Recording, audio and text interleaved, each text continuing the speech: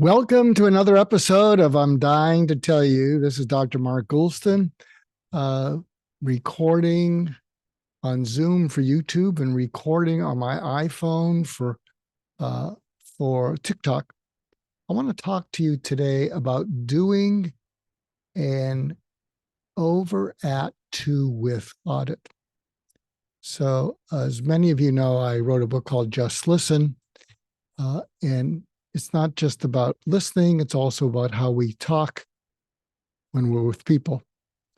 And we can either talk over at or to or with people. And when we talk over at or to or with people, we can tell how we're talking by their body language. When we're talking over someone, it's kind of insulting. It's condescending. It's something where if you're doing it and you're doing a presentation, if I was in the audience, I wouldn't come back after the break.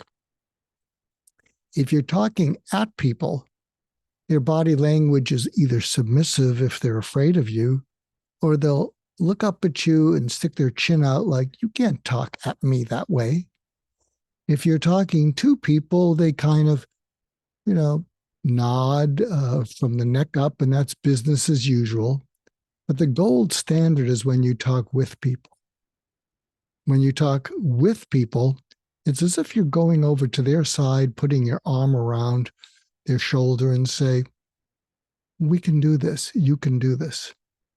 And what you really want to do is make sure that you're toggling between to and with and away from over and at.